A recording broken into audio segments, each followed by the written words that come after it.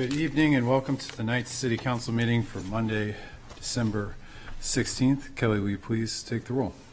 Mayor McEachran, Here.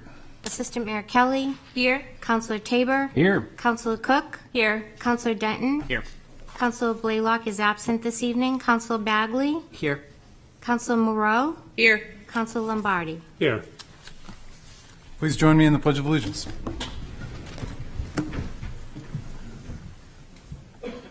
I pledge allegiance to the flag of the United States of America and to the republic for which it stands, one nation, under God, indivisible, with liberty and justice for all.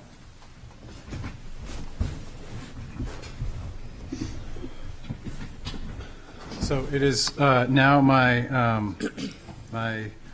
distinct honor to welcome the Portsmouth High School Holiday Ensemble, led by Eric Gagnon for, I think, is this the first time? This is my first, yes. Your first time. So, Eric was also one of my middle school band teachers, and a appreciation for music developed in that era is, although I was not as capable as the folks here, it's certainly something that is special to be able to welcome you into these chambers. Somebody that I certainly respected and looked up to in middle school and showed and taught me a lot. So, Eric, please take us away. Thank you very much.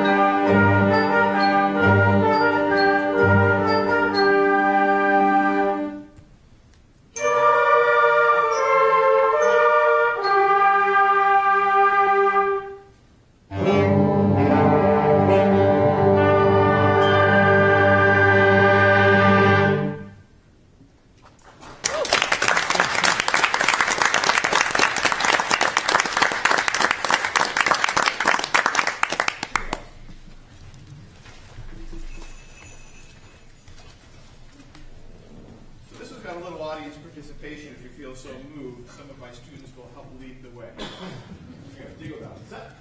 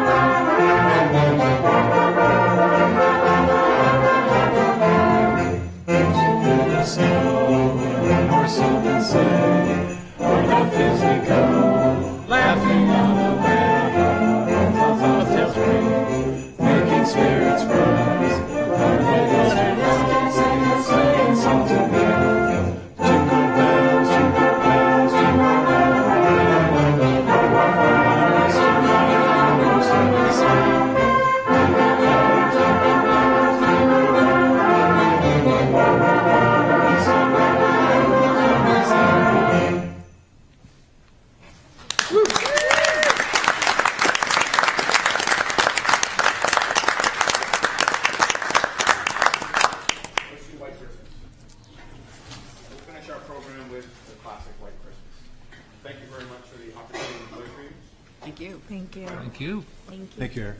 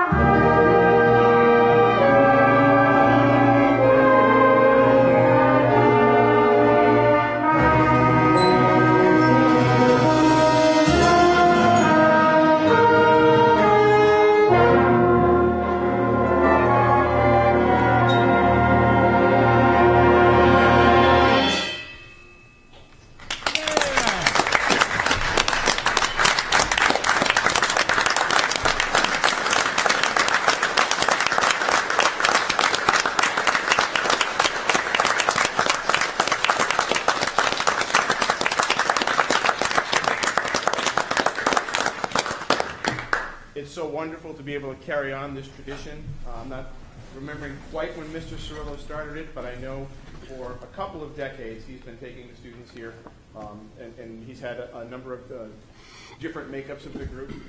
Since COVID, I've been really trying to get the kids playing as much as possible. So the group seems a little bit larger than it normally would be because I wanted to give them all the opportunity to play in here for you.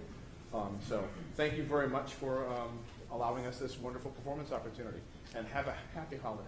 Thank you. Thank you, Eric. Come back next year.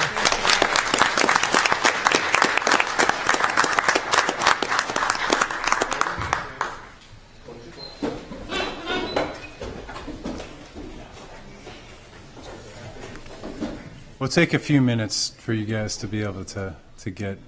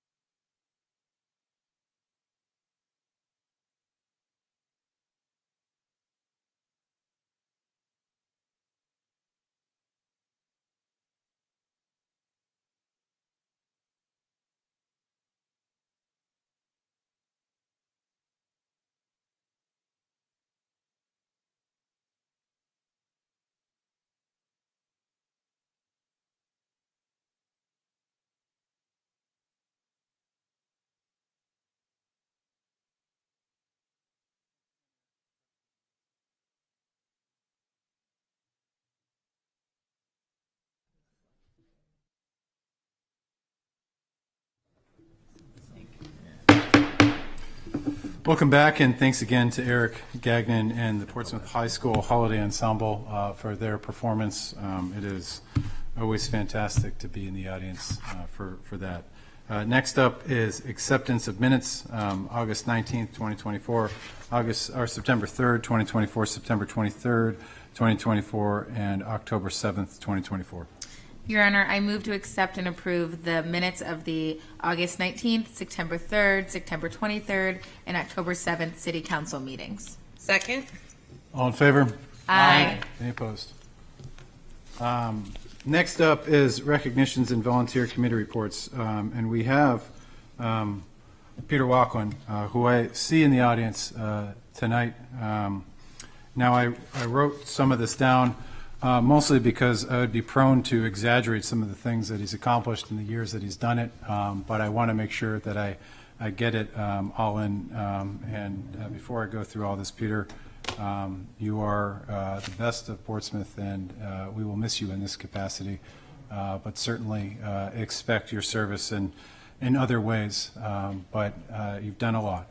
Peter Walklin, former city attorney, member of the Pease Development Authority Board for 31 years, an exemplary public servant and constant voice of reason in our community, has informed me that with his term on the Trees and Greenery Committee having expired this past June, he will be stepping down in January.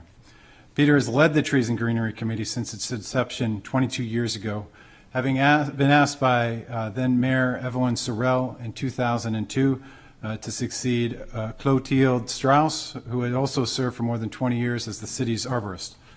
Not coincidentally, the Arbor Day Foundation has recognized Portsmouth with its Tree City Award in each year of Peter's tenure over the past 20-plus years.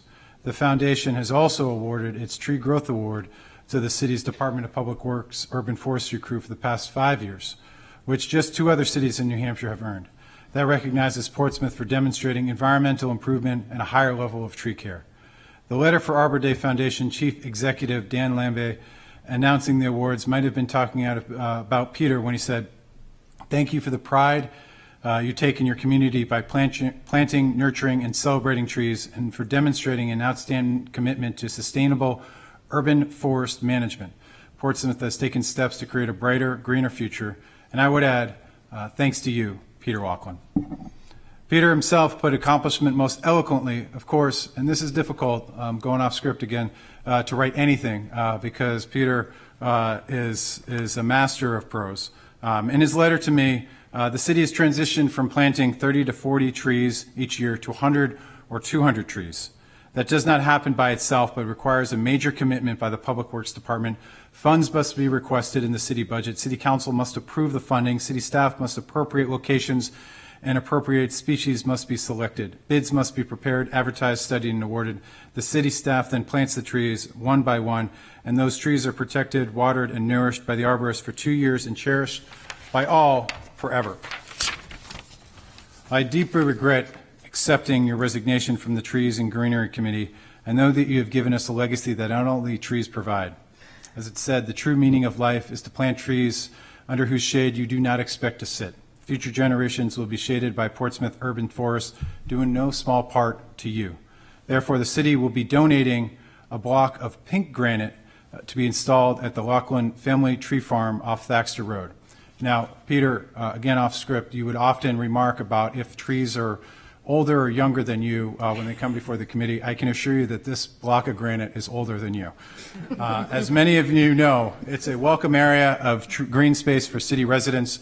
We will work with Peter to find a suitable place for this bench-sized piece of granite and are delighted to make this contribution to that special place. And Peter, if you would be so kind, if you have any parting words of wisdom on the trees and greenery or other topics that might come to mind, would love to hear from you. And thank you again. Thank you, Mr. Mayor.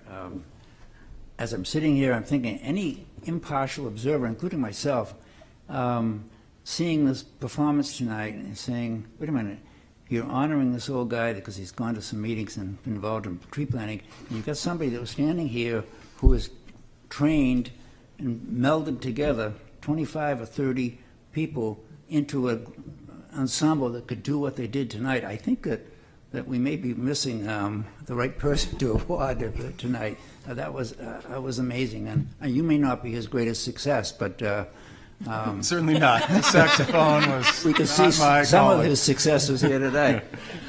You have a long enough meeting, and I appreciate the honor, and it's been working with the tree committee over the years has been a great experience. But one of the things that has been very helpful, looking back, is the way the city has transformed over the last over multiple city councils, 3 city administrations that I've seen, where there's been a commitment to public greenery, and it's grown each year, and it's so every time now when there's a city project, it's not just years ago, it's a nuisance, how are we going to deal with that? It's at the beginning of every project. How is public greenery going to be worked into this? How are we going to protect it when we're working?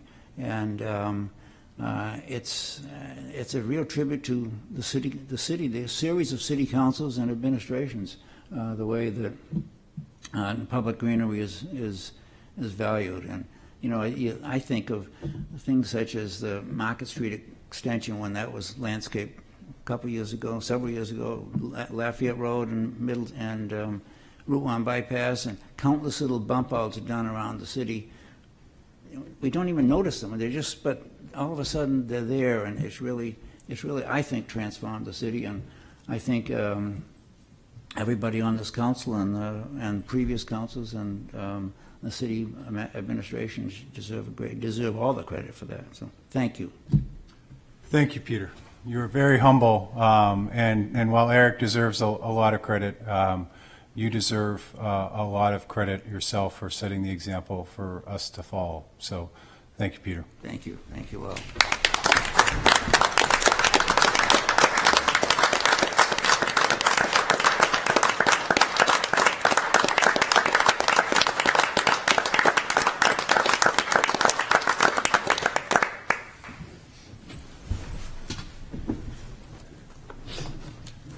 So I would have loved to have, I have one more recognition that was not on here, only to keep it a surprise. If I could have tricked Peter into coming here, maybe given you a flute, and got you here without being on the agenda, I would have. I also want to take a moment to congratulate Karen Conard on 5 years as our city manager. It's hard to believe, and I was in this room first as a council-elect with her first meeting. Went to the interview process in December 16, 2019, when I think the only person to cast a vote for her on this dais was Councillor Denton. But then in March, as if to put the ship and its captain to the ultimate harrowing test, the pandemic storm of COVID-19 hit. And I think that there's a lot that you plan and a lot of how you react. Going through that as a city, as a council, but certainly as a city manager, was as difficult a test as any person, I think, could handle. We've returned to more normal circumstances, capital improvement projects, master plans, committees, impacts. But I think the thing that I have, and I don't know any different, I suppose, because I too joined Karen, and I don't remember. Well, I didn't get the chance to work with Mr. Bohenko, but what I understand from Karen most fully is the understanding of the council city manager relationship. There's a very limited amount of what we do as a council. Specifically, it is positions and it is buildings and policies that are carried out, but there's not a lot of direct can you do this? And so it requires a adept person to be able to come in and be able to understand that. And I think that being able to watch Karen grow in this role as we've grown has been something that I really cherish, both from community campus, the athletic fields, skate park, senior center, the 400th anniversary, launched a housing committee, a climate action, bike ped, Market Square, and master plan process that we're, I think, close to selecting an RFP on. The police facility, which we'll hear more about tonight, and Sherburne process.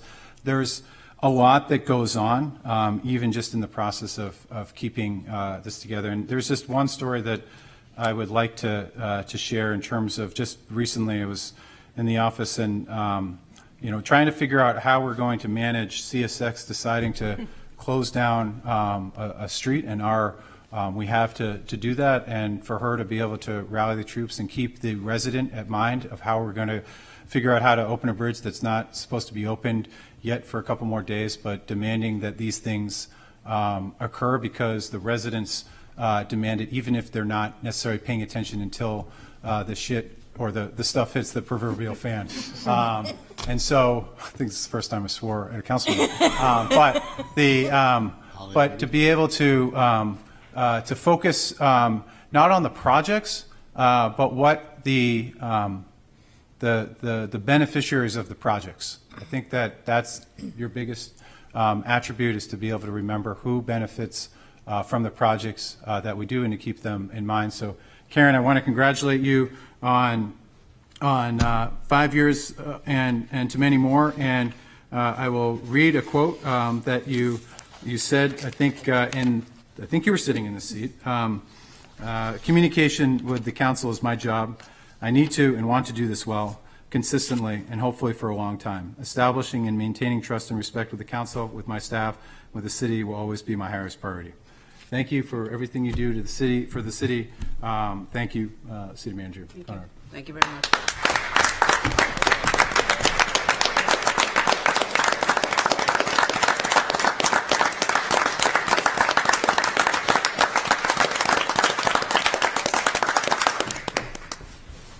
Very much. All right. Now we're on to public comment. First up, we have Zelita Morgan on the topic of proposed motion on Hewitt's legal expenses. Good evening, councilors. Zelita Morgan, Richards Avenue. I'm speaking tonight encouraging this council to do the right thing and make a motion to authorize the city manager and city attorney to reimburse Mr. Jim Hewitt, resident and member of our planning board, for attorney fees incurred in his defense against unfair and baseless charges brought against him by the city administration. The invoice has been with legal since May 2024. So the proposed motion by the city manager to refer to legal seems to be not make much sense. I hope that you, as leaders, will focus and act towards a decisive resolution, one that will correct a wrong and bring closure to the Hewitts, our community, and yourselves. Please make a motion tonight approving reimbursement to Mr. Hewitt of legal expenses incurred during the trial the city brought against him, and directing the city manager to expeditiously issue payment before the end of 2024. So the ball is on your court. Thank you. Thank you, Zelita. Next up, Esther Kennedy, also on the topic of Jim Hewitt's legal expenses.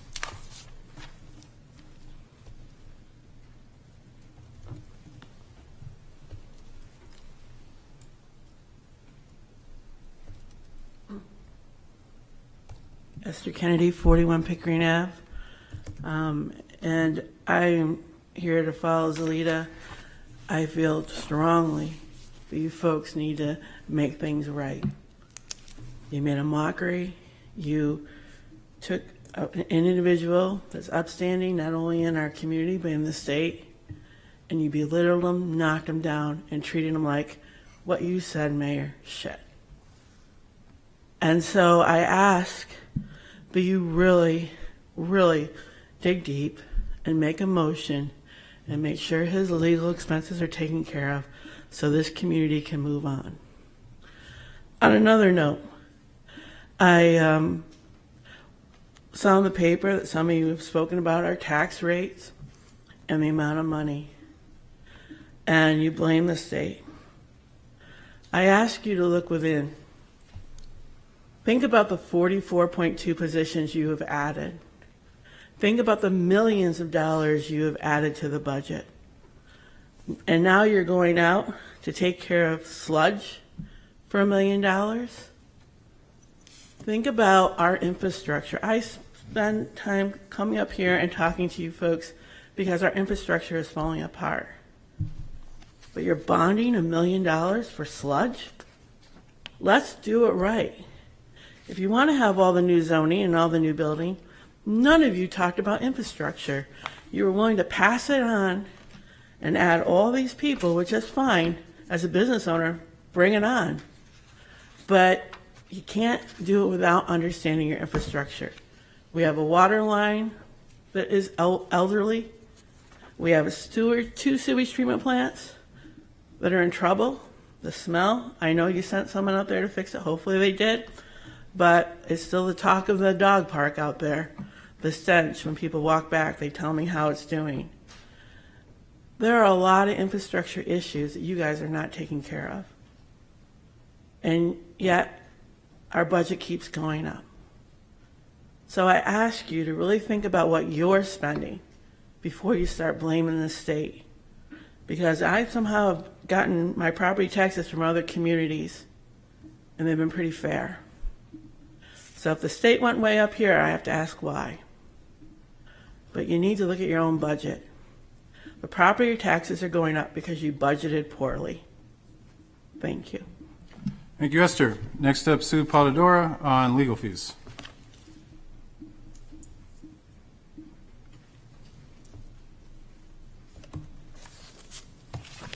Sue Polidora, Middle Street, and I just want to reiterate what you've heard already. Is like if you send this back to the legal department the way that you have it on the agenda to do, it's going to look like you're giving them the runaround. which legal department have had this request on their desk for 6 months. There's nothing more infuriating than to think that you're getting the runaround. So I do request, I ask of the council to suspend the rules and put a motion through to pay these fees and to send it to the legal department to finalize all necessary documentation. I think it's the right thing to do. Let's get this done before the end of the year, before it gets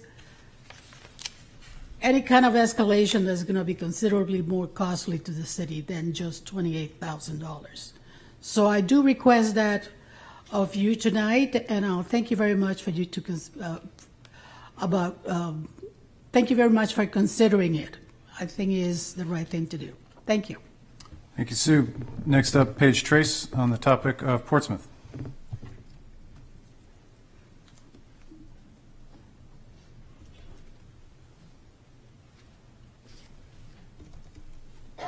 Paige Trace, Portsmouth, New Hampshire.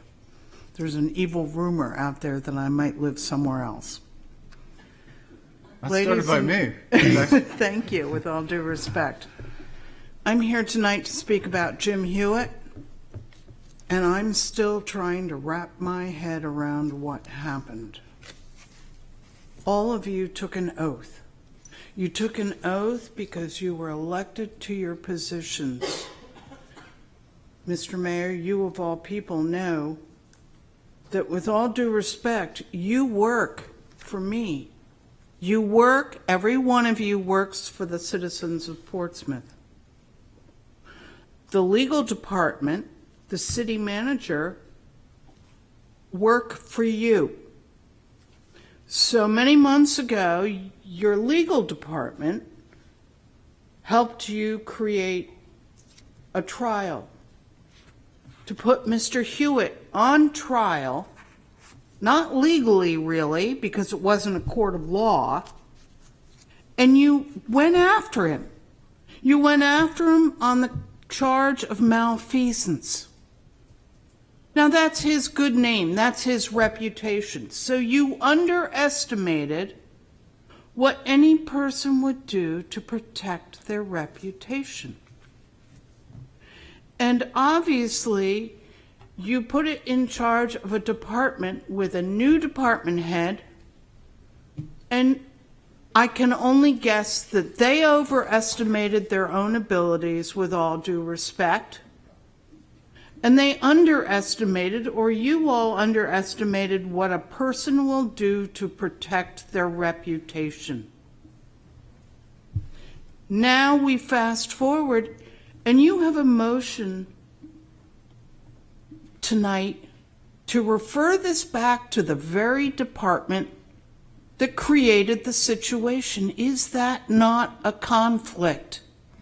I'm not a lawyer, but damn, common sense tells me that you're referring this back to the very department that came up with the whole trial that we, as your bosses, had to sit through.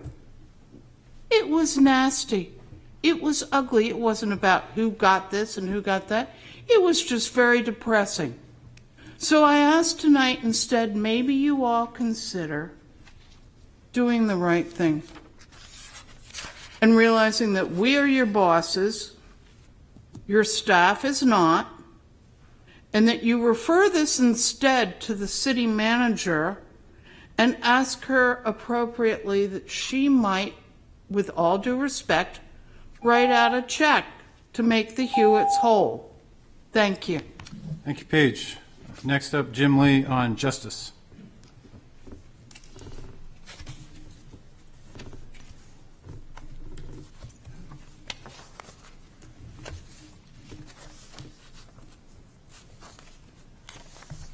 Good evening, Mr. Mayor, City Council, Jim Lee, 520 Sagamore Avenue. So I was reading yesterday in the Portsmouth Herald an opinion piece written by former Vice Mayor Jim Hewitt, about Jim Hewitt, by Jim Splain, who the headline says, "Jim Hewitt deserves reimbursement from Portsmouth." I could not agree with that more. He offered two reasons for reimbursement. First, it's the right thing to do. I think that's plenty of reason right there. I think you guys need to make a motion tonight to get the checkbook out, write Jim Hewitt a check, make him whole. You can reimburse him financially, but as a guy named Raymond Donovan, who was the labor secretary to President Reagan, says, where do I go to get my reputation back? So where does Jim go to get his reputation back? Thank you, and Merry Christmas to all. Merry Christmas, Jim. Next up, Pat Bagley, Goodwill Toward Men. Good evening, everyone. Patricia Bagley, 213 Pleasant Street. At the risk of sounding repetitive, we, the taxpayers, have already paid for an excruciating trial that proved nothing other than it never should have occurred. Every further minute our legal department spends on the aftermath comes out of taxpayers' money. So we paid for the first trial, and now we're going to, you're being asked to refer this back to the legal department. Why should we pay for any more legal fees to rectify what was a wrong decision? Let's not throw more good money after bad. The pain and suffering for the Hewitts began in the legal department. So will you have the moral courage tonight to vote to continue this, or will you make a motion to stop the madness? That's what I'm asking for, goodwill toward men. It's a perfect timing. It's the way we should all be feeling. It's not just a legal term. Pain and suffering are very real. Have the moral courage, please. Your vote on this is the one that will be remembered. And just as for the record, our annual taxes are now higher than what the Hewitts are requesting to be reimbursed. Thank you. Thank you, Pat. Next up, Dick Bagley on Jim Hewitt and the City Council. Good evening, all. Dick Bagley, 213 Pleasant Street, following the better half. I wanted to make two observations tonight. The first, as the mayor said, it's all about positions and buildings. This building, which I've been indirectly involved with for many years, is the old hospital building, only partially used, and certainly deserving of this committee that the mayor has now proposed for the whole municipal complex. But my hope out of this will come a resolution to the conundrum we have. Our police force and its members are not second-class citizens.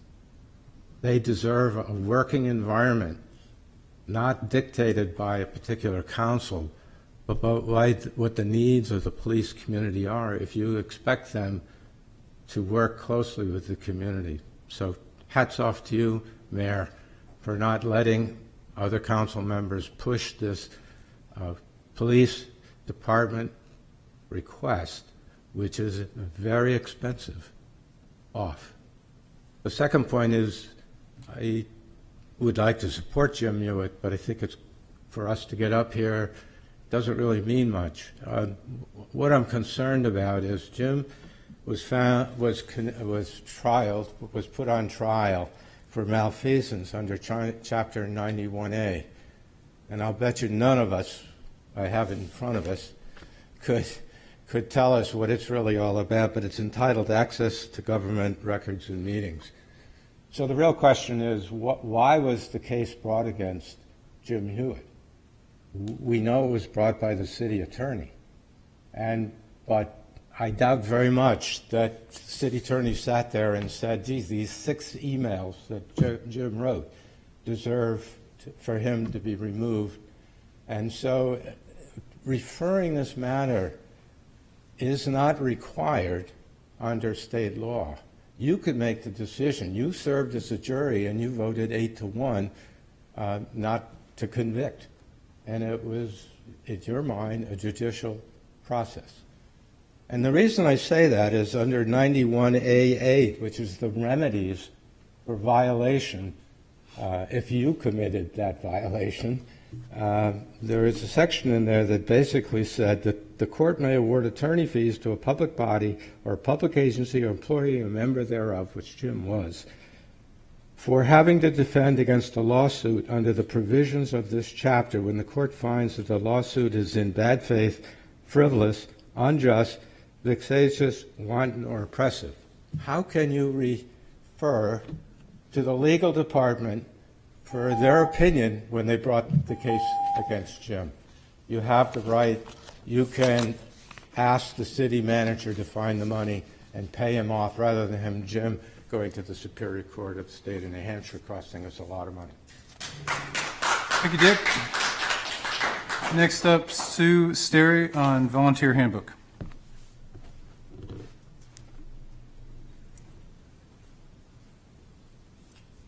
Good evening. Sue Sterry, Broad Street, Portsmouth. I'm speaking both as a citizen but also being a volunteer in the city, both on the cemetery committee, the African Burial Ground Memorial, and I was on the archive committee at the very beginning. I'd like to thank the governance committee for putting these 5 documents together. I downloaded them and read them over the weekend. And the documents are, because I want everyone to know, board, commission, and committee handbook for volunteers, a great organizational chart of exactly who reports to who in the city, volunteer training and standards of conduct and ethic policies, non-discrimination and anti-harassment policy, acceptable use policy, city council, and board members. It's my understanding that going forward, all volunteers will be required to read and sign off on these documents, and that there will be explanations. All of this will be online, but there'll also be explanations if you're a volunteer and you've been not accused necessarily, but a complaint's been brought against you, what the procedures will be depending on what boards or commissions that you're on. I think this is a great step for both the city and for volunteers, and it should absolutely be implemented, because right now there is no real clear-cut information for any volunteers who go on to any committees. So I would urge you all to vote on these and to set them in motion. Thank you. Thank you, Sue. Thank you, Sue. Next up, Greg Mahana on lawsuits. Good evening. Thank you for having me. Greg Mahana, current Vice Chair of the Planning Board. I live at Pheasant Lane in Portsmouth. I'm here this evening speaking as a resident and a taxpayer, however, regarding the agenda item concerning Planning Board member Jim Hewitt. My first point is that the city decided to hold a public hearing, self-labeled a trial. The purpose was to remove a Planning Board member for procedural mistakes. It was only the 3rd time in the state's history that this has ever been attempted. In this case, the city hired the aforementioned Peter Laughlin as I'll call him a moderator, he wasn't the judge, to assist with the process, and the city's legal staff spent hundreds of hours of taxpayer funds to prosecute Mr. Hewitt. However, unlike in a real trial, Mr. Hewitt did not have the option of a public defender. He was forced to spend over $28,000 to defend himself against a one-sided process where he was actually found soundly innocent, 8-1 by you folks. When the motion to refer this to legal tonight comes, please add a recommendation to reimburse the Hewitts immediately for legal fees, as if this was a real trial, well, that's actually an option. He could collect legal fees. You need to recommend that tonight. My second point concerns city boards, specifically planning. You don't get to sit on a land use board by knocking on doors. You're appointed by the mayor based on specific qualifications to serve and affect people's actual lives. Our current planning board, you have 9 talented individuals, including a real estate title attorney, a DOT engineer, multiple board members with extensive land use board experience, a real estate professional with a planning degree, and a 30-year residential real estate investor, developer, and landlord. And to top it off, our leader is a planning engineer with worldwide experience. This group volunteers their time for Portsmouth. Their approvals change people's lives via housing and development. Each month, this board studies between 400 and 1,400 pages of data in 6 days. When's the last time any of you folks read 1,000 pages in 6 days? My point is this: if the city doesn't do the right thing and reimburse the Hewitts for their legal bill, first, you will be subject to yet another costly lawsuit. Secondly, nobody will ever apply to volunteer and be exposed to your kangaroo court. Thank you for your time tonight. Hey, Greg. Next up, Jennifer Mandelbaum on Market Hanover intersection and police station. Good evening, Jennifer Mandelbaum, Port Walk Place in Portsmouth. So first, I wanted to bring up the intersection of Hanover and Market Streets. I've expressed my appreciation previously to the council for the signage that was put up on Market Street heading toward downtown that says that oncoming traffic does not stop. And yesterday, I actually turned left from Market onto Hanover, and a driver actually stopped and yielded to me. But that's very much the exception. I've been keeping track, and 8 of the last 10 times I've made that turn, a driver did not. And it's kind of great when you're having a terrible day and you just like want to let that angst out, so you like lay on the horn a little bit. But in all seriousness, I think this is a dangerous intersection, especially with Bow Street around the corner, multiple crosswalks, and the pedestrian traffic that we get. So I don't know if this calls for a traffic study or putting a police officer on the corner. They'd be handing out tickets all day. But I think something needs to be done about this very confusing intersection. And the next, I did just want to touch on the police station. One thing that I would appreciate the Blue Ribbon Municipal Building Committee to do, one of the things I think they should prioritize is releasing the needs assessment for this new construction. I think that if much of our capital is going to be tied up with this project for the next few decades, then we need to justify those expenses. What are the needs the police department has, and what are those nice to have items that maybe we don't prioritize this time around? Anyone who's seen pictures of the police station knows that it requires some significant repairs, and I certainly don't doubt their need for an upgraded building, but I don't know where this $42 million budget came from and what it's supposed to cover. And I think I really think it falls on the city to explain how this money will be spent and to justify the spending. I think that's the least that you owe your constituents and my constituents. So thank you. Thank you, Representative. Any speakers on Zoom? Any other speakers? Certainly just state your name and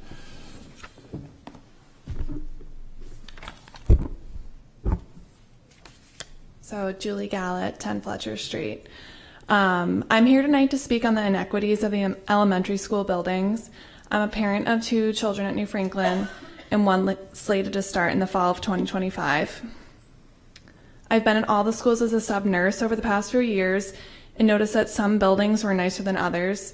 The other night I had the opportunity to tour the schools with the school board committee.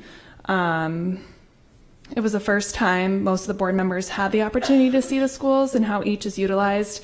Many of them, including myself, were astonished at the state of New Franklin compared to the other 2. Please note that New Franklin is the number 6 school in the state and the top in the district of the elementary schools. I do not question the quality of education there, nor do I question the leadership. Both are exemplary. What I do question is the equity of space and the condition of the space at New Franklin compared to the other 2 schools. Dondero is the most recently renovated school. They have suites of offices with closed doors that have shared breakout spaces for each specialty. They have a special education suite and a separate reading, math, Title I intervention suite.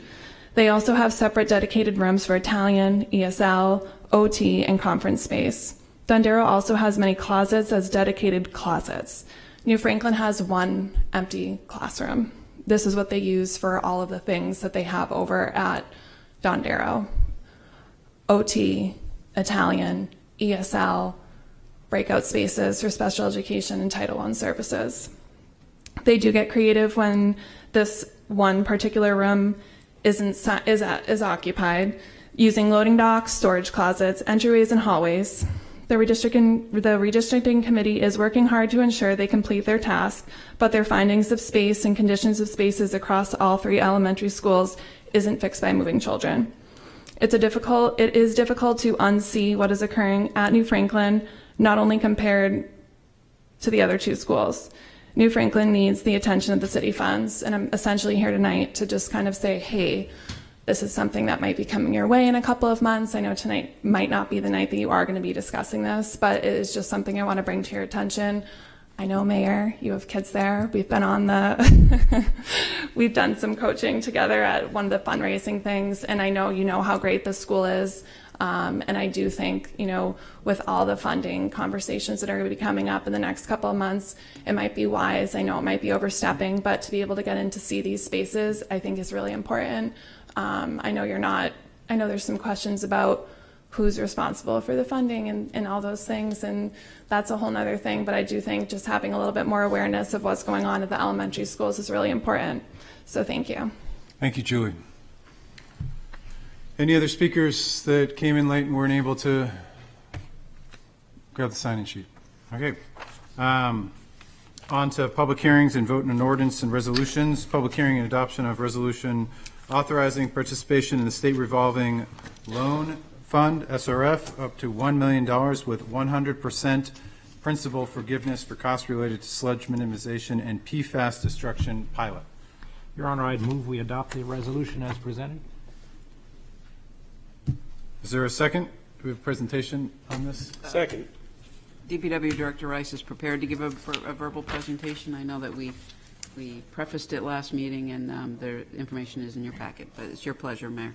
Maybe just speak on the financial impact of 100% principal forgiveness.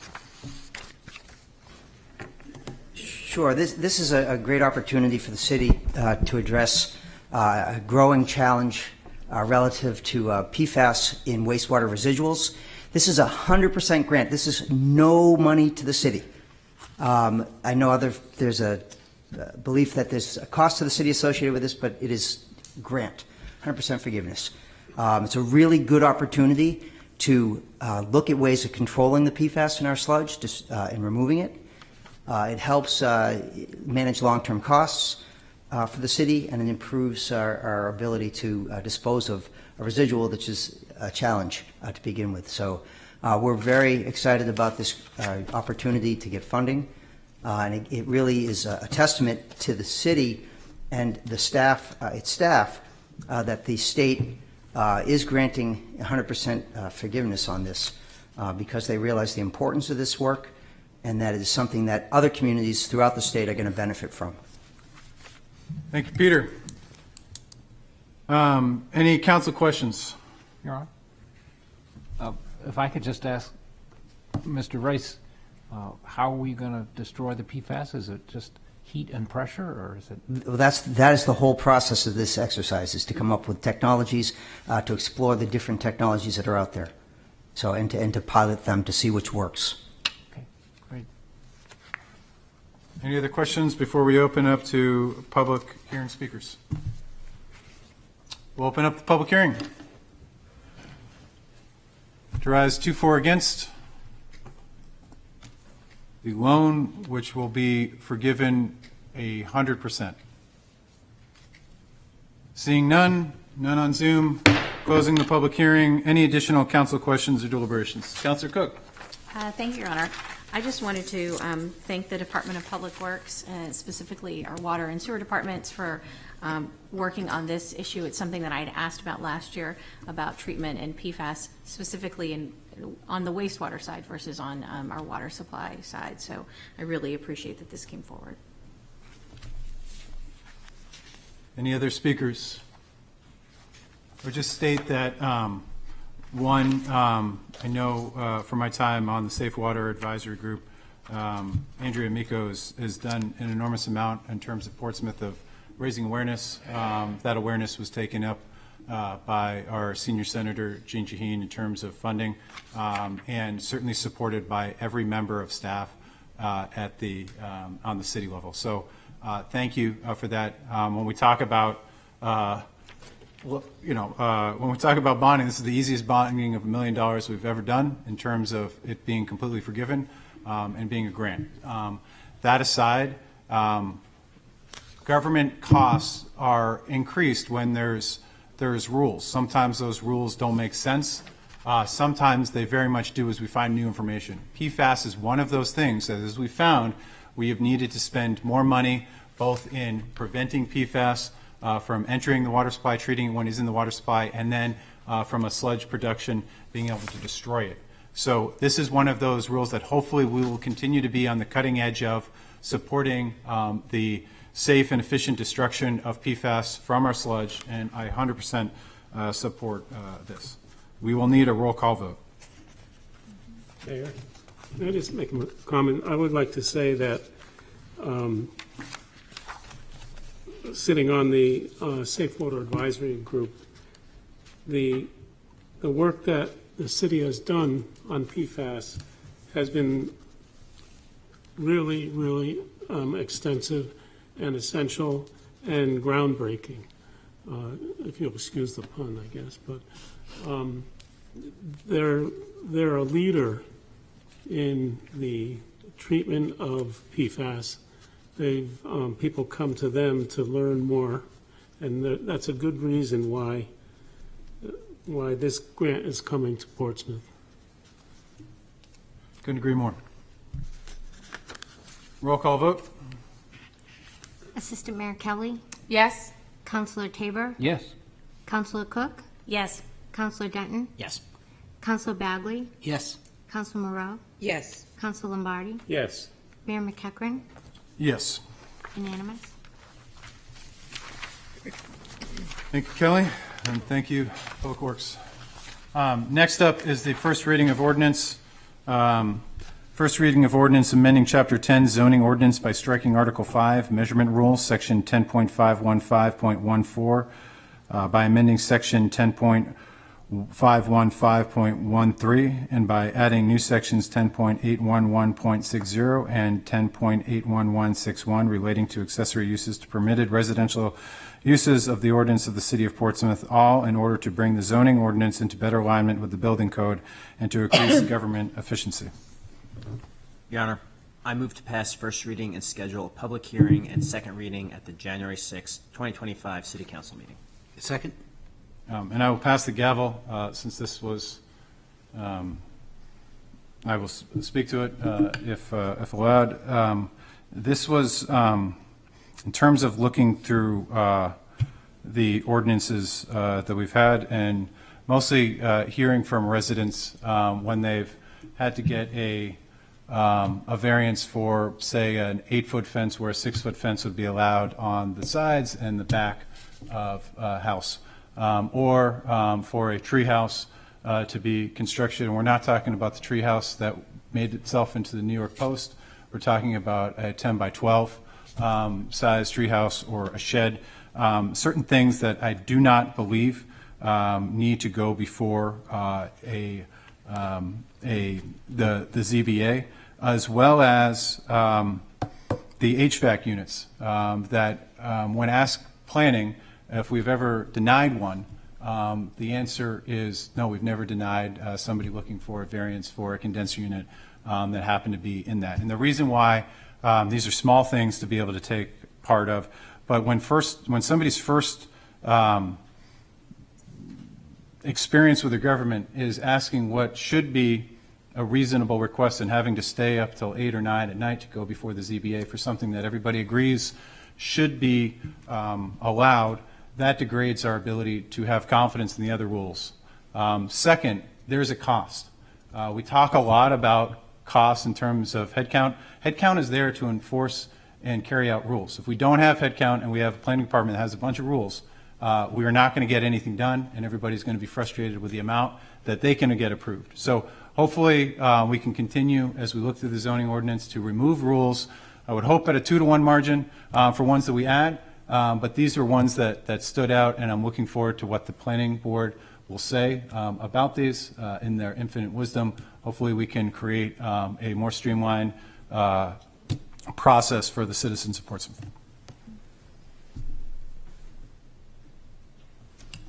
I don't have the gavel. All done? Oh, you? Okay. Counselor Bagley, Counselor. I'm sorry, did I miss you? It's okay. We'll go Bagley, Cook. No, I was just pointing to Councilor Cook. She had her hand up. Thank you. Thank you, Your Honor.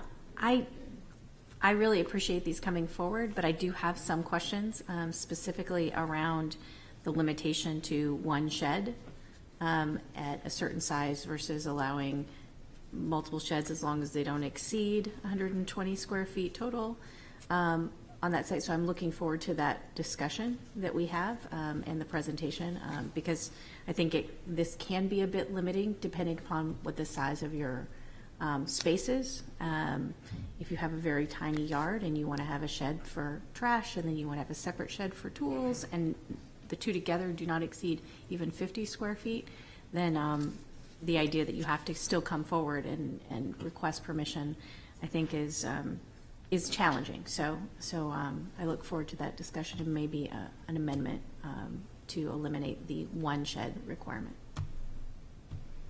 Counselor Moore? I guess I'm just a little confused. We've passed first reading and moving it to second reading. You asked for planning board, but we didn't refer it to the planning board.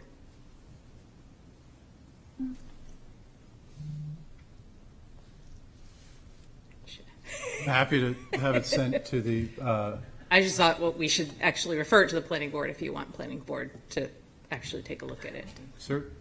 Prior to second. So I would make a motion to amend the motion to also forward it to the planning board. Agreed. Okay. Did you want to wait for second reading until after the planning boards had an opportunity to give That's up to the their council. contribution? Because Right. it would probably be later than January 6th. Right, you probably wouldn't get a report back until your second meeting in maybe even February. Because we won't have another meeting till the third week in January.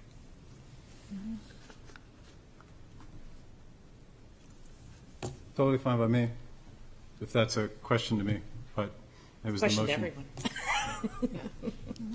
Okay. Counselor Bagley? I guess I'm excited to see these changes. I think they make a lot of sense. So whatever path is the quickest, if we go to planning board first or second, it wouldn't matter to me which direction. Just whatever we think is the most efficient process.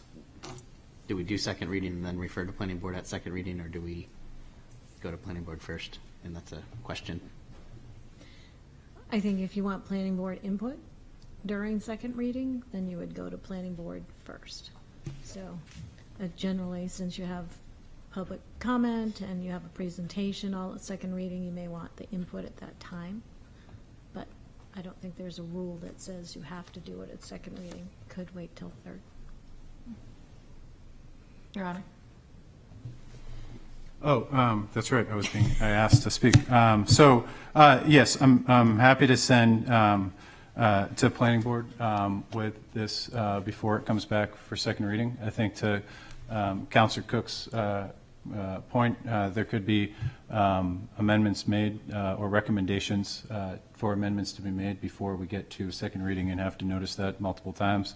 I'm fine for all the sheds that anybody in Portsmouth wants to put in their backyard. But I also note that this is a first bite at the apple, and I would ask that if there's low-hanging fruit from the planning board that you see as things that come up often, to include that in this. But these were picked because they were reasonably. They aligned with the building. These were things that you didn't actually have to get a building permit for, and so it was somewhat strange that we had to get a zoning variance for the things that didn't require a building permit. And so that's what I tried to limit this to in terms of the first reading. But if there are opportunities to create more efficiencies and keep people out of having to come to the ZBA, that would be fantastic because of the impact on staff time and also this general general ease of government. But I think it's good to send to the planning board, and we'll pass first reading, send to the planning board, and then schedule second reading once that's been returned. So I would say we should schedule a second reading for the first meeting in February. I don't know off the top of my head what date that is. Voted on it yet, or we did. What should be right on? No, because the February times would 5th? be. It's February 3rd. February It says 3rd. 2025, February 3rd. Oh, sorry. Not helpful. Okay. Next year's schedule. Any more discussion? If not, then we'll call the vote. All in favor? Aye. Any opposed? Okay, now pass this by. Thanks, Sister Mayor. On to the city manager's items which require action. Thank you, Your Honor. And with your indulgence, I'd like to move to start with item number 6, because St. John's Masonic Association President Alan Ammon is here. And since I have 9 items, I don't want to make him sit through all this more than he has to. So item number 6 brings to you a parking lot usage maintenance agreement extension, if you will. We have an agreement with St. John's Masonic Association that expires at the end of this month. And to refresh, this agreement allows the public to park for free in 61 designated parking spaces. You all know it as the Masonic Lodge lot, with 14 parking spaces reserved for the lodge members. And as you also know, the parking utilization study is wrapping up, and through that there will be findings that may impact the decision we make in our agreement with the lodge. And as such, we have asked the lodge if they would consider a 6-month extension. They've been gracious to do that. We've made an adjustment to the fee, and so the request is for a 6-month extension of our terms with the association. Your Honor, I move that the city manager be authorized to negotiate and enter into a parking lot usage/maintenance agreement with St. John's in a form similar to the attached. Second. Any discussion?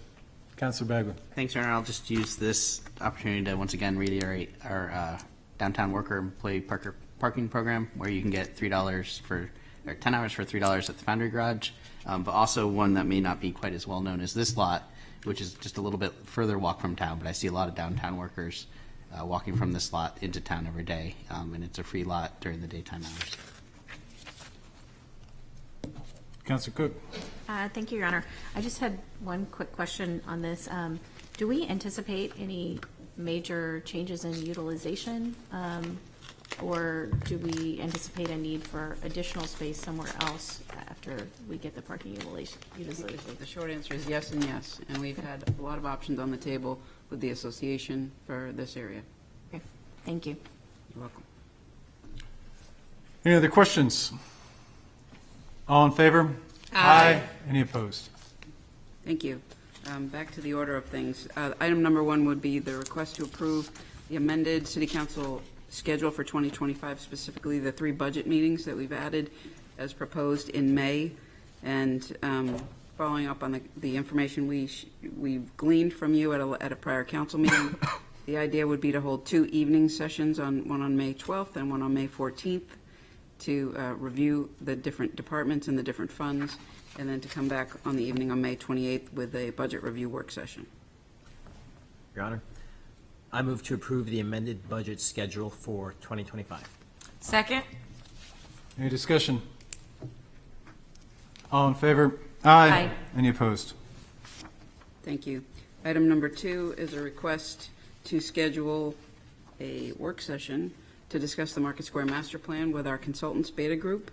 In the packet tonight are essentially work done to date, a summary of work done to date, and a sharing of preliminary findings. What they'd like to do is to present these and to get some guidance and get consensus from the council on what they think based on the information they provided. So we want to get this information to you in advance so you can prepare for what we'd like to hold, which is a work session at 6 o'clock at the next meeting. Your Honor, I'd move to schedule a work session on January 6, 2025 at 6 p.m. Second? Any discussion? January 6th. Next meeting. Next meeting. All in favor? Aye. Any opposed? Thank you. Item number 3 is approval of the Memorandum of Understanding for Professional Services among the Education Coalition Communities 2.0 of New Hampshire. This memorializes our renewed interest in sticking with this group, and the current MOU with the Coalition Communities 2.0 expires at the end of this month. The attached MOU in your packet represents a 2-year renewal, which allows us to continue to participate as a member, and there really are no changes other than the name change and very minor edits. Your Honor, I move to authorize the city manager to negotiate and execute the memorandum of understanding with the Education Coalition Communities 2.0 New Hampshire on behalf of the city in the form of a similar to that to the attached. Sorry. Second. Any discussion? All in favor? Aye. Any opposed?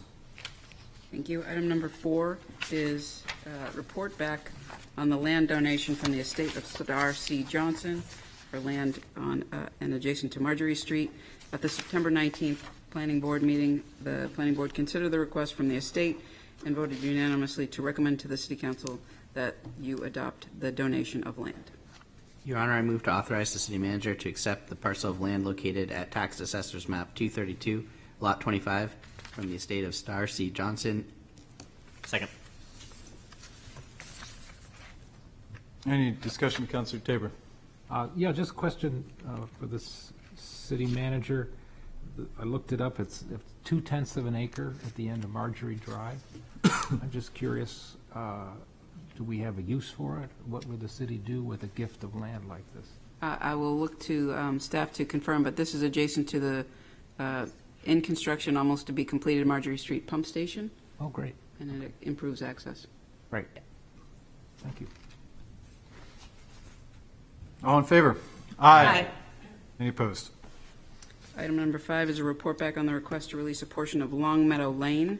The same September 19th Planning Board meeting, the Planning Board considered the request from Attorney Derek Durbin requesting the release of a portion of Long Meadow Lane. The Planning Board voted to recommend that you not release the city's interest in Long Meadow Lane.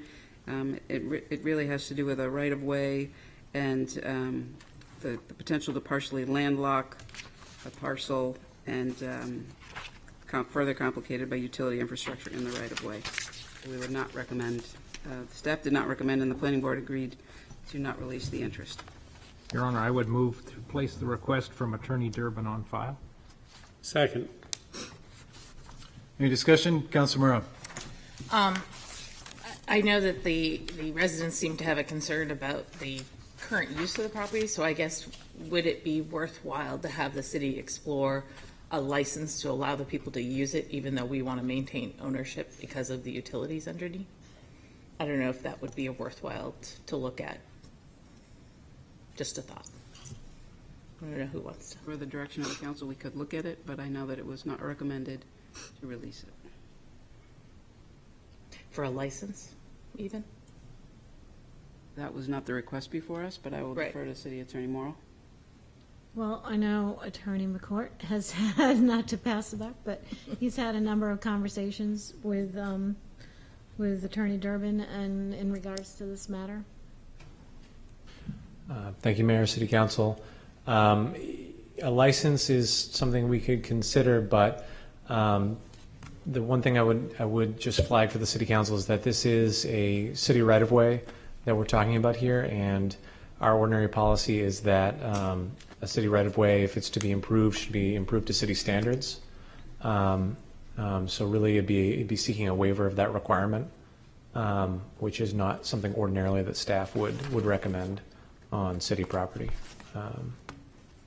because there's a whole host of maintenance responsibilities that spring into being once it's improved.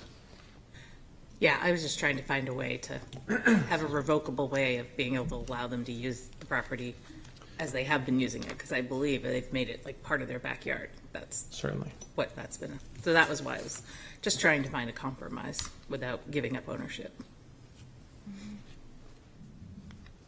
Is there a desire there's not a desire to improve it to city standards that's been asked? That's correct, Mayor. That was offered to counsel for the property owner, and they declined that option. is there any reason given from a hardship, or was this a monetary aspect? They didn't give me a reason, and I wouldn't want to guess, frankly. Okay.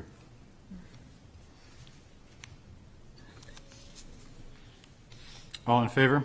Aye. Any opposed? Item number 7 is approval, a request for approval of a pilot agreement with Betty's Dream. In your packet, you have a memorandum from Assessor Lentz recommending that I be authorized to enter into a payment in lieu of taxes or pilot agreement with Betty's Dream in the amount of $3,000. And as mentioned in the memo, this helps to defray the cost of municipal non-utility services. The form of this agreement, and I should mention this is the same amount as in previous years, has been approved by City Attorney Morrill. Your Honor, I move to authorize the city manager to enter into a pilot agreement with Betty's Dream in the amount of $3,000. Second. Any discussion? All in favor? Aye. Any opposed? Item number 8 is a request to approve a second amendment to the Players Ring lease. We've had a very good relationship with the Players Ring. They first signed a lease in 2013. We've since had other amendments, and most recently the lease amendment number 1, which allowed them, the entity, to sublease to a summer camp by vote of the council in June of 2020.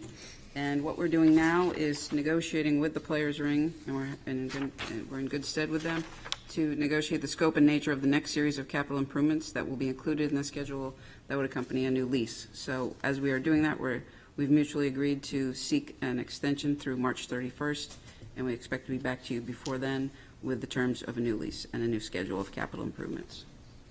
Your Honor, I move to authorize the city manager to negotiate and enter into a lease amendment 2 with the Players Ring in a form similar to the attached. Second. Any discussion? All in favor?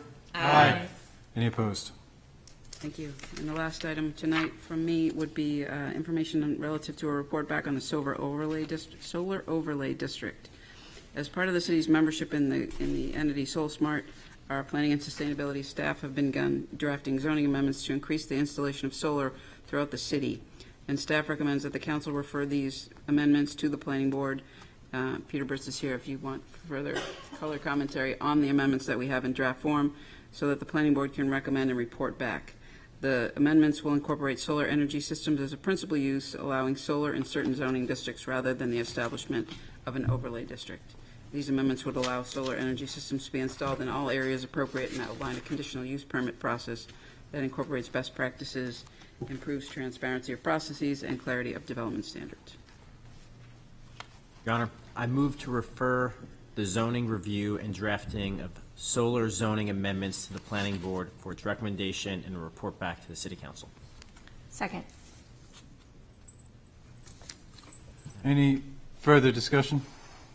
Would like to thank the city manager and the sustainability and planning staff for this, and I look forward to discussing it with the sustainability committee at our upcoming meeting. All in favor? Aye. Any opposed? Thank you. Next up is consent agenda. Your Honor, I move to adopt the consent agenda. Second. Any discussion? All in favor? Aye. Aye. Any opposed? Next up, presentations and written communications. First, email correspondence. Your Honor, I move to accept and place on file. Second. All in favor? Aye. Any opposed? Next up, email correspondence from James A. Hewitt dated December 4th, 2024. Your Honor, I move to refer to the legal department. Second. Any discussion? All in favor? Aye. Any opposed? Next up, letter from attorneys Matthew Cohen, Derek Durbin regarding the release of interest in the portion of Long Meadow Lane. Your Honor, I move to accept and place on file. Second. Any discussion? All in favor? Aye. Any opposed? Next up, Municipal Building, Blue Ribbon Committee. Council, this is a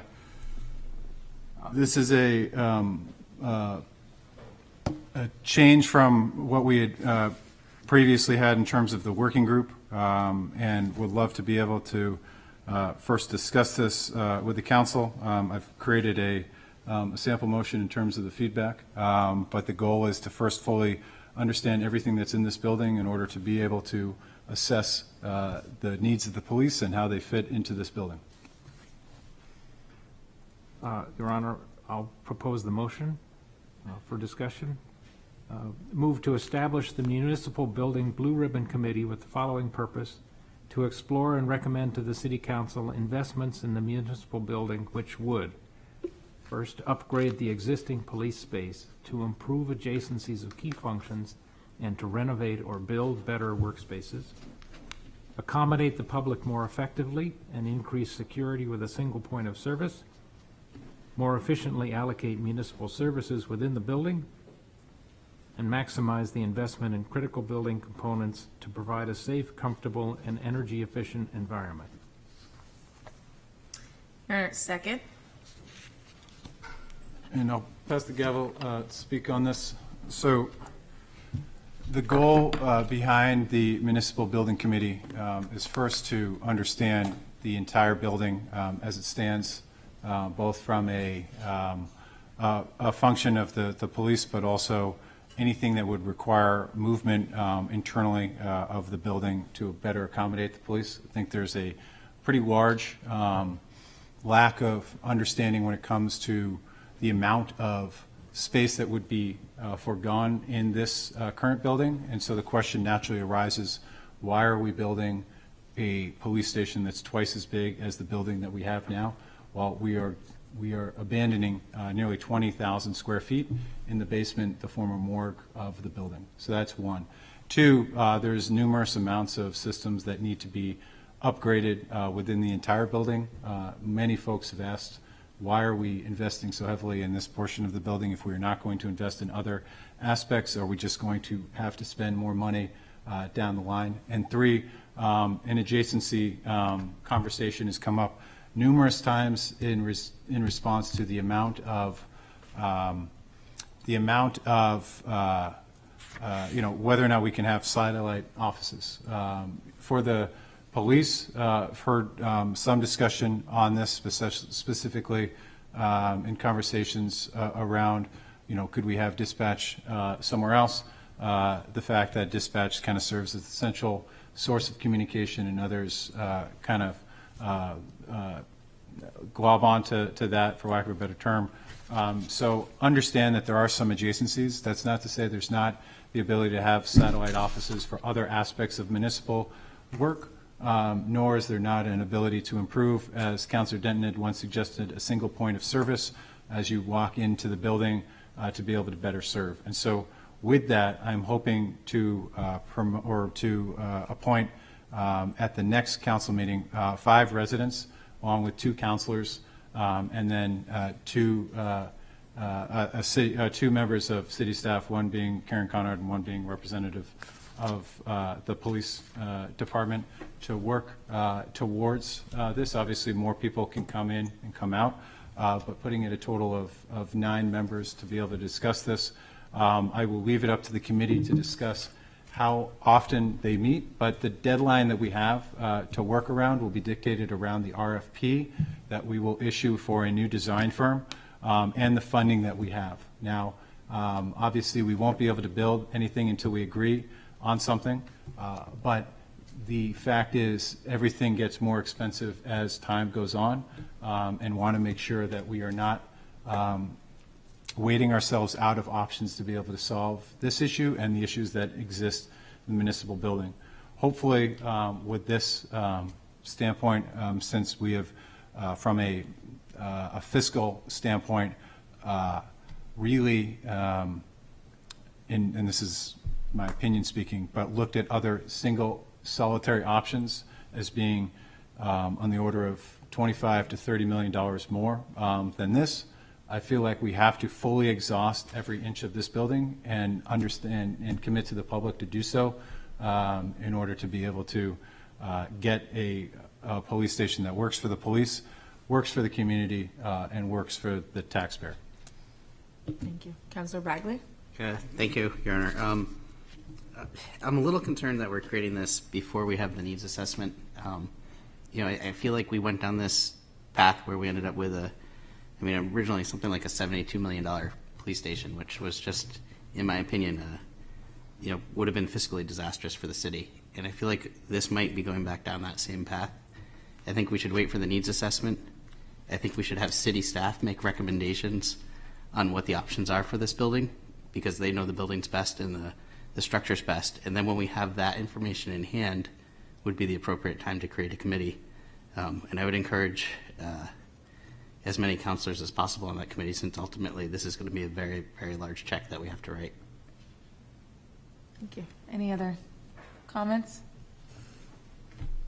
Your Honor. Just a response to the needs assessment. So I fully anticipate the needs assessment to provide color to the staffing requirements of the police. I don't expect us to necessarily have come away with that with a significantly less amount of police officers on the force as a result of that. I think we are talking about the details or the fine tuning around that, and not a wholesale that we will wake up and find that there's 20 less officers that we can do with.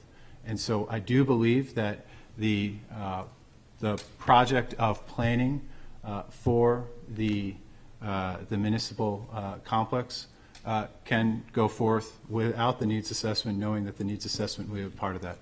First point. Second point, I don't think that the needs of understanding this building are something that we can overlook. I think that was potentially a error when we first went through this process of not fully understanding the amount of space that we have within City Hall, the amount of space that will be abandoned by by keeping the police here, and the other parts of the building that if we were to come back and need a if the needs assessment came back and said we need more or less from a staffing recommendation, I would like to know as much about this building before we go forward. The last point, and I should have said 3 at the beginning, but I didn't, is the fact that some of these conversations are not to be done in a vacuum. For example, the superintendent and the school department was brought into the municipal building, I think about a decade ago. Now, they do great in here, but that was a result of there being overcrowding at Little Harbor. Obviously, we're in a different space now, and we have more buildings and options within the city. The city clerk, not to scare Kelly over here, but on the second floor of that, is there an easier way to allow the public to come in and access the city clerk and those offices that they need on a daily basis without having to walk all the way through and put a person at the front again? So there's a lot of questions that I think deserve an answer as a part of the municipal building. That's why I'm thinking to expand it to the municipal building so that we can answer those questions in concert with answering the questions of the police and their needs fully in this building to be able to move forward, knowing that the cost of construction is only going to increase. And I feel like to a person, we agree that the current working conditions of the police are not satisfactory, and I don't want to speak for everyone, and so something has to be done in terms of not the mold remediation and not the and maybe not the second or the Texas suites, but the morgue and where the police are in the morgue and what we're talking about abandoning. I think we deserve the conversation in Portsmouth of can we fit everything into the municipal building, and from there I think we will get a lot more information to be able to move forward with eventually the capital improvement plan allocation that we have the following year, while keeping in the needs assessment that will naturally fold into this process in the new year. Thank you. Councilor Rowan, then Councilor Tabor. I agree that we don't want to stall the process and have to wait for the needs assessment, so doing these kind of simultaneously makes sense. I guess my question would be, I don't know if there's a need to have more counselors, because I believe these are not going to be in private. These are going to be public meetings, correct? Correct. Oh, sorry, can I respond? Yes. So Yes, I think that there was a need for secrecy when we were talking about multiple sites. While we're talking about this building, we own this building, for better or worse. And I think one of the hurdles that we've had to overcome is every time that we have had a discussion with the working group here, we both had to have that conversation first, for the first time with the public, and then to be able to answer those questions. I think as counselors, I have a hard time. I mean, there's, the other option is that we have a working group of all counselors working on this day in and day out for the next 12 months. I don't necessarily, at least myself, I feel like the best that we are at is when we are making decisions and not making the sausage. And so being able to have a public process that we're able to follow along with from a recorded meeting standpoint will give us the public the best ability to be a part of that decision and allow the council to make the decision that it must when it comes to appropriating funds based on the recommendation. And I do believe, to an earlier concern in terms of staff recommendation, the city manager will act as the liaison for all staff and coordinate who, whether it's Joe Almeida, Peter Reyes, Suzanne Woodland, will be present to present information from the meeting. And I don't expect it will be one vote in terms of the city manager, but it will not be it will not be limited to her expertise or knowledge, nor is any meeting that we have here limited to her expertise or knowledge. Councillor Tabor? I think if there's any way we can find space in this building that helps maximize the efficiency of the footprint of the police facility, we're going to gain through that. Because for the working group, that's been out of our scope. We've been tasked with building a police station. We came to the conclusion the best way to do it is to expand the existing police station. We didn't look at what's on the other side. And you mentioned the space where the clerk's office is. And there may be ways to do that. But that does expand the scope, because right now we have an architect who's focused on giving us a police facility. Now we're going to ask to look larger in scope. So I think we have to think through carefully. Maybe this is something where staff can advise us, how do we not let the scope get so big that we're talking about renovation of everything up here. I think that's something we need to bear in mind. I also think there's been, in addition to myself as a council member, two citizens, John O'Leary and Tony Coviello, who have gone through the experience of either joint building committees or the construction of a library. So I think there's value in selecting people for this who've been through a big city building project. The last thing that I would add is the working group, actually, if this is to replace the working group was created by the city manager, was not created by the council. Some of us were asked to be on it, and it did get us to eliminating other sites because of cost. So we now know where it's going to be. But I think we have to look carefully at before we pull out the working committee root and branch.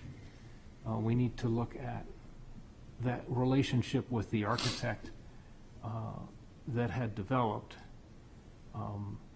and we think carefully about what we want to contract for, because the working group's been running down a track of hire a police-related architect firm. Well, LaValle Benziger has partnered with a very strong police-related architect firm, and they've been strictly doing the police station. So all those, I think we need to think through carefully. I'm all for public process and having this open. I think this has proved a tricky task to accomplish, as tricky as the middle school was, and the middle school was done in public process. And I think that's important. And so, scope, what we're asking our architect to do, what are the functions of the working group, and how do we smoothly transition those, and where do we set the limits of the scope in terms of all of these buildings up here on the hill? Thank you, Councilor Tabor. Any more? Councilor Cook? Thank you, Your Honor.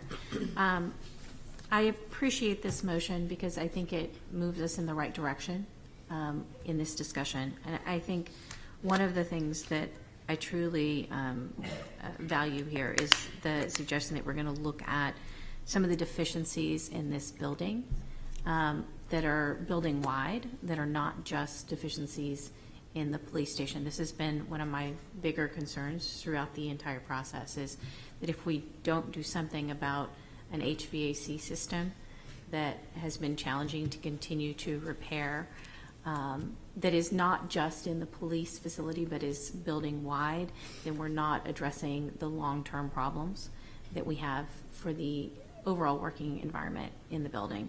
So I like the suggestion that we should look at the building and where our deficiencies are overall, and I think starting in that direction before we get the needs study will allow us the opportunity to look at other spaces and consideration for where other parts of our city government could potentially go, and what would be cost effective also in considering potentially moving other sections of city government so that we can create better space adjacencies for the police department. I think it's a wonderful idea to move forward on this path, and I think the suggestion that we start talking about the building first and other sections of the building before we get the needs study will help us get to the place we need to be at before we discuss the needs of the police department. Thank you, Councilor Cook. Any more discussion before we call the vote? One more point, not to talk anybody out of it, but what we learned along the way in terms of Shanti Wolf and the understanding of what triggers and what doesn't trigger remodeling requirements, I think was originally went through the process of it will immediately trigger that. That kind of moved back in terms of better understanding of that as we looked into that. Those are the types of things that have changed in terms of when this conversation first started and where we are now in terms of being able to talk about the whole building. So it wasn't as if, previous councils were thinking about it differently. I just think some of the information that we had was slightly changed. And so being able to look at this under that guise and know that, our job is to deliver for the taxpayers as efficiently as we can is why I'm excited about looking at the whole building without the fear that it's going to trip some sort of requirement that we all of a sudden invest more than we have in this. Thank you. Okay. All in favor? Aye. All opposed? Opposed. And I will pass this back. Thank you, Sister Mayor. Councilor Cook. Thank you, Your Honor. Tonight, I'll make the motion first. I move to schedule a vote on the draft volunteer training and standards of conduct and ethics policy and the board, commission, and committee handbook for volunteers, developed and reviewed by the governance committee in conjunction with the legal department at the January 6, 2025 City Council meeting. If I get a second, I'll speak to it for a second. Second. Thank you. The governance committee has worked for the majority of the last year on a volunteer training handbook. And we did that in conjunction with the legal department in continuous discussions back and forth, trying to find the best fit for the city of Portsmouth when it comes to our committees, our commissions, and our boards. And then we developed a policy in relation to not just the handbook, but all of the things that volunteers need to be aware of when they're serving the city of Portsmouth. So there's quite a bit of discussion around this, and I look forward to the council considering this, and I would appreciate any questions that you have, we would be happy to answer them on January 6th. I encourage you to read through it. It seems lengthy, I should say, at first, but it won't be presented to volunteers this way. It will be presented as part of our new HR training software, where you go in and you find one document at a time, and you click through to another document where you can sign off that you've read all of these documents and that you're familiar with policies before you sit as a new board member, or commission member, or committee member. Councilor Moreau. I just want to say thank you to the Governance Committee and Councilor Cook for bringing this forward. I wish about 12 years ago, when I first volunteered with the city, we had something like this, because it would have been extremely helpful to, have a place where you're going to see the documents and be able to read them all, versus just trying to go out there and figure out where everything is and how everything operates. So, thank you. Councilor Tabor. Yeah, just credit to Councilor Cook, who pulled together an assortment of these types of manuals from best practices from other municipalities, and we all worked on those together. And I think it clarifies, particularly for the volunteers on committees, what the limits of a committee are. Their ability to recommend to the council if the council is the final decision maker. So I think it clarifies a lot, and it weaves in all our conflict of interest and ethics stuff. So we're better off for it. Councilor Lombardi. Thank you, Mayor. When we first reviewed this, I questioned the scale and depth of the document and whether that would put people off, but I came to realize that this is an important document to have, and even if people read it at some point but they have it to refer back to as well. There's a lot of information there that covers many aspects of what the city needs and what the city is about in terms of how you work on a committee. So I'm all for this, and I think it's a good effort. It'll probably take some honing in the future, but I think this is where it should be now. Good work. All in favor? Aye. Any opposed? Councilor Lombardi. I will make a motion to appoint Vincent Lombardi as the City Council representative, Christine Freese as the City Manager's designee, to the Board of Directors of the Center for Archival Research of Portsmouth for the 2025 calendar year. Second. Any further discussion?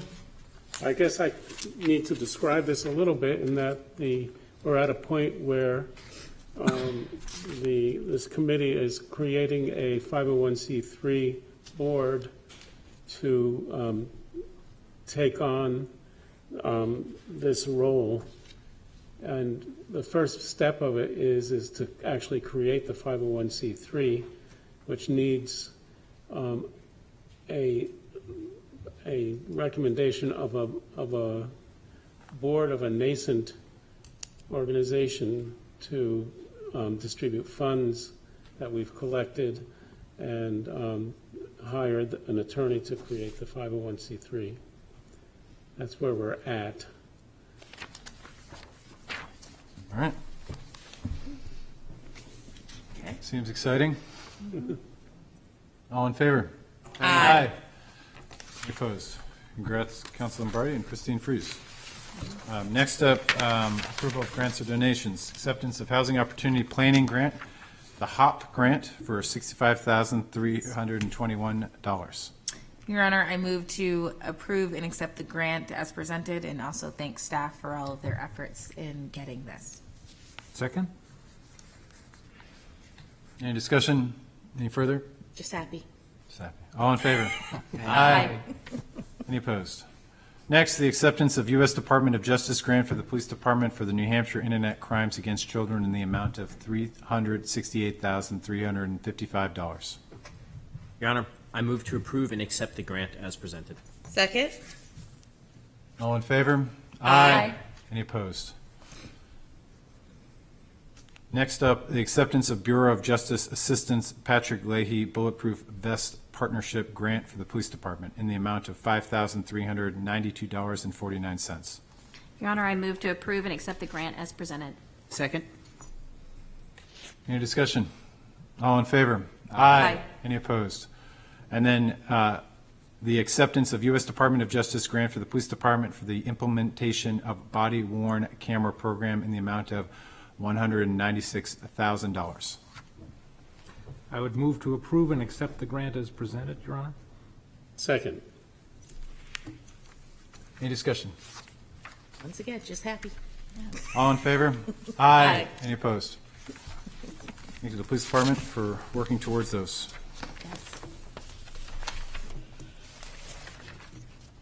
We're on to the City Manager's informational items. Thank you, Your Honor. I have 5 quick items. The first one is a verbal update on the Peace Development Authority's recent board meeting, which was held last week. It's when the Executive Director of the PDA, Paul Breen, gives us an annual report. There were many things to celebrate this year, including ARPA funds that were used to build the Airport Arrivals Hall, the Iron Parcel Lonza lease to Vertex, where they're developing a cure for type 1 diabetes, the new construction of the 10-acre parcel at 100 New Hampshire Avenue, the rebuilding of Corporate Drive, which was no small feat. The PDA took ownership of the need to rebuild the road underneath what we ended up paving. It was a big project, well done. The rehabilitation of the main wharf and improvements to the Deepwater berth, the hosting of American Cruise Line's 4 stops with their coastal cruise vessel. They hosted the Coast Guard Eagle. They broke records at the golf course with holding over 74,000 rounds. They celebrated that the airport is the 4th busiest in New England because of its ability to support military, general, and commercial aviation. They welcomed their 2nd commercial airline in Breeze. They have a combined total of destinations at 7. And today at the Airport Committee, of which I am chair, we approved a lease with Boston MedFlight. This is a big deal because they're a nonprofit providing essentially emergency medical care and air ambulatory services. The closest base before coming to Portsmouth was Lawrence, Mass. And if this proves successful, their 12-month sublease with the Port City Air would be extended. So this is a very big deal from a medical and operational standpoint. So thanks for the opportunity to speak on that. Number 2 is an update regarding the food permits. Every year, Kim McNamara and her team provide this tale of the tape. They've supported and permitted 289 food establishments. And yes, we still hold the number in excess of 35,000 restaurant seats. Number 3 is a status of property tax bills. And just as of an hour ago, when Nathan was kind enough to give me the update, I will share with you where things stand. The tax bills are with the company that mails them out now. The bills will be in the mail by this Thursday, December 19th. The bills are dated December 19th as a result. Invoice Cloud, our online service that is on our website, will be loaded for online bill viewing and payment starting tomorrow. The due date on the bills will be Wednesday, January 22nd. And that reminder to folks that you may want to make your payment by December 31st for income tax deduction purposes. So that has been a long time coming. As of the middle of last week, we were among 80 communities for whom the tax rate had not been set. So this was a big deal to finally clear that hurdle, but we were not alone. So thanks to Nathan and Roseanne and the tax office for helping with that. Number 4 is we're excited to tell you where we are with the distribution of the $350,000 in ARPA funding to the folks that qualified. I'm excited to tell you that we sent out tonight 34 letters to happy recipients. At least we hope they're happy. What we did was equally distribute the $350,000 among the 34 qualified entities, and to qualify, the organizations in question needed to operate as a 501c3 with a demonstration of a negative financial impact due to the pandemic, and they also needed to demonstrate that they serve Portsmouth residents included in vulnerable populations identified in the recently completed Community Health Needs Assessment. The final test was a successful application in delivering direct services in one or more of the following areas: substance misuse, transportation, domestic violence, homelessness, food insecurity, mental health, social isolation, and quality of life, healthy environment. We're really excited to be able to spend that money and to recognize so many needy firms. entities. There were 34 folks who were eligible. There were 9 who were not. We will message to the 9 accordingly, and we will speak with them separately. But the 34 letters did go out today. And lastly, with regard to the citywide master plan, Director Peter Britz from Planning and Sustainability led a group in a very successful procurement effort. We put out an RFQ on November 4th. We received 4 responses, which were all responsive. We conducted 3 interviews with 3 firms back on December 3rd and 4th. The staff came to a consensus in choosing the highest scoring firm. That firm was notified of our intent to negotiate terms of a contract, which would include scope, schedule, and price. And I hope to be able to give more information on January 6th, but I'll share with you the name of that firm and the terms from here as soon as we are able. But we are pleased with the outcome. We will not be issuing an RFP. We will jump straight to contract with that firm. Thank you. Thank you. Any other discussion? Councilor Bagley? Are we on to miscellaneous? We are, yeah. Made it. So we had one of our speakers tonight, Julie Gallo, reached out over the weekend about her concerns with the discrepancies between the elementary schools, and the acting city manager, Woodland, put me in touch with Nathan Lenny, who gave me a little bit of kind of the historical background of the different schools, when they were built, and when monies were spent to upgrade some of the older schools, and why there might be some differences between them. And it occurred to me that when I first became a counselor, I did ride-arounds with both the police department and the fire department, and I've had multiple tours of the police station and the fire stations. And because my daughter went to Little Harbor in the middle school and the high school, I'm fairly familiar with those buildings, but I'm completely ignorant of New Franklin School and Dondero School, other than the outsides and the voting areas and the playgrounds. So I don't know if it's proper or not proper, because we're not the school board, but because we were able to do it with the fire and the police, I think that there might be an opportunity for the council to tour at least the 3 elementary schools, but possibly even all of the school buildings, just so we have a perspective on what the different facilities look like. And I just want to kind of throw that out there tonight so that we could revisit it in the new year. Thank you, Councilor Bagley. Any other items under miscellaneous? And just, we can't not take the bait. New Franklin still smells the same, but I like the smell as I did when I was a kid, and my daughter, and appreciate all the hard work they do over there. I was unaware of the smell issue. It smells great. Issue. It just smells the same as it did when I was 8. And so maybe that just could be my memory kicking in. Any other comments under miscellaneous? Wait a motion to adjourn. So moved. Second. You get it every time. All in favor? Aye. Merry Christmas.